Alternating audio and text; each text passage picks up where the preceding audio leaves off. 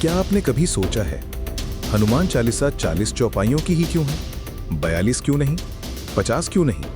आज मैं आपको मैनिफेस्टेशन की वो सच्चाई बताने वाला हूं जो ना सोशल मीडिया आपको बताएगा, ना ही वो लोग जो इसे सिर्फ कहीं लिख लो मिल जाएगा तक सीमित कर देते हैं।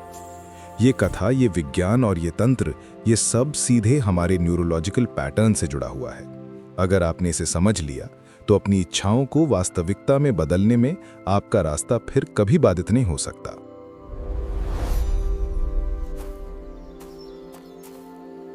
निर्वाण।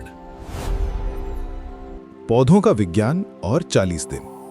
वैज्ञानिक प्रयोग बताते हैं कि पौधे सिर्फ पानी या मिट्टी से नहीं जीते हैं, वे भावनाओं को महसूस करते हैं, उनकी एक मेमोरी होती है। ये प्रतीकात्मक रूप से हमें ये बताता है कि हमारी भावनाएं, हमारा मतलब, हमारी ऊर्जा, इन्हें दोहराने से पैटर्न बनते हैं। तंत्र में माना जाता है कि पौधों की इस मेमोरी की अवधारणा लगभग 40 दिन तक बनी रहती है। यहां तक कि कुछ परंपराएं इसे इकाई के रूप में लेते हैं। 40 दिन बराबर एक मंडल। योगिक परंपरा में मंडल एक सेंट्रल कॉन्सेप्ट है। यह सिर्फ एक शब्द नहीं बल्कि समय, ऊर्जा की यूनिट है। एक मंडल यानी 40 दिन। एक महामंडल बराबर 13 साल। हमारा दिमाग, हमारी ऊर्जा, हमारी आदतें 40 दिन के भीतर एक न्यूरोलॉजिकल पैटर्न सेट करते हैं। यह पैटर्न धीरे धीरे हमारी वास्तविकता यानी रियलिटी को आकार देता है। पुरानी परंपराओं में यही वजह रही कि हनुमान चालीसा को 40 चौपाइयों में लिखा गया। साधना अक्सर 40 दिन की होती है और पुरातन ऋषि मुनियों ने मंडल की अवधारणा पर इतना जोर दिया। तांत्रिक परंपरा कहती है कि हनुमान चालीसा सिर्फ एक पाठ नहीं है, ये एक ऊर्जा प्रक्रिया है। 40 चौपाइयां मल्टीप्लाइड बाय 40 दिन बराबर न्यूरोलॉजिकल रीप्रोग्रामिंग यानी न्यूरोनल रीप्रोग्रामिंग। कहानियां भी हैं तुलसीदास जी की, जो 40 दिनों तक हनुमान जी को स्मरण में रखकर चालीसाएं लिखने की बात करते हैं और अंत में उनकी मनोकामना पूरी होती है। चाहे वो एक मिथक हो या सच्चाई, महत्वपूर्ण यह है कि लगातार एक विचार को दोहराना ही असली मैनिफेस्टेशन है। असली मैनिफेस्टेशन क्या है? मैनिफेस्टेशन ये नहीं कि मैं सोचूंगा और हो जाएगा। वास्तव में मैनिफेस्टेशन तब होता है जब आपकी चारों डिमेंशंस एक ही दिशा में काम करें। पहला मन, दूसरा ऊर्जा, तीसरा कर्म और चौथा शरीर। इनमें से कोई भी दिशा भटक जाए तो मैनिफेस्टेशन टूट जाता है। अगर आप सिर्फ सोचते रहो पर आपकी आदतें, निर्णय, मित्रता, दिनचर्या बदलती रहें तो आपका फोकस स्थिर नहीं रहेगा और आपका लक्ष्य अधूरा रहेगा। मान लो आप वर्तमान में एक नौकरी में हो लेकिन अंदर से आपका मन एक कला, करियर, संगीत, लेखन या कुछ और। अगर आप सिर्फ इसे लिख दो और हो जाएगा की सोच रखते हो तो शायद काम ना बने। मगर अगले 40 दिन में हर सुबह शाम आपके विचार उसी दिशा में हों, आपकी दिनचर्या, पढ़ाई, यूट्यूब इंटरैक्शन, दोस्ती और निर्णय उसी उद्देश्य को सपोर्ट करें, तो आप एक मंडल बना रहे हो जो आपके लक्ष्य तक ले जाएगा।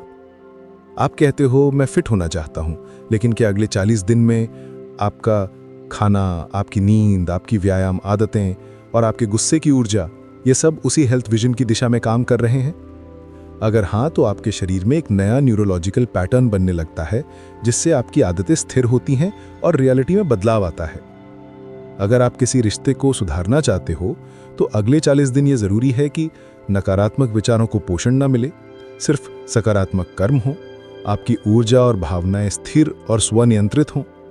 40 दिन में आपका व्यवहार बदलता है और व्यवहार बदलने से रिश्ते में गहराई आती है। ये असली मैनिफेस्टेशन है। ऊर्जा, पैटर्न, वास्तविकता। अब सवाल यह है कि क्यों अधिकांश लोग मैनिफेस्ट नहीं कर पाते? बहुत लोग मैनिफेस्टेशन को सिर्फ सोच विचार तक सीमित कर देते हैं। उनकी इच्छाएं ऊपर नीचे होती रहती हैं, ध्यान स्थिर नहीं रहता, कर्म बिखरे होते हैं।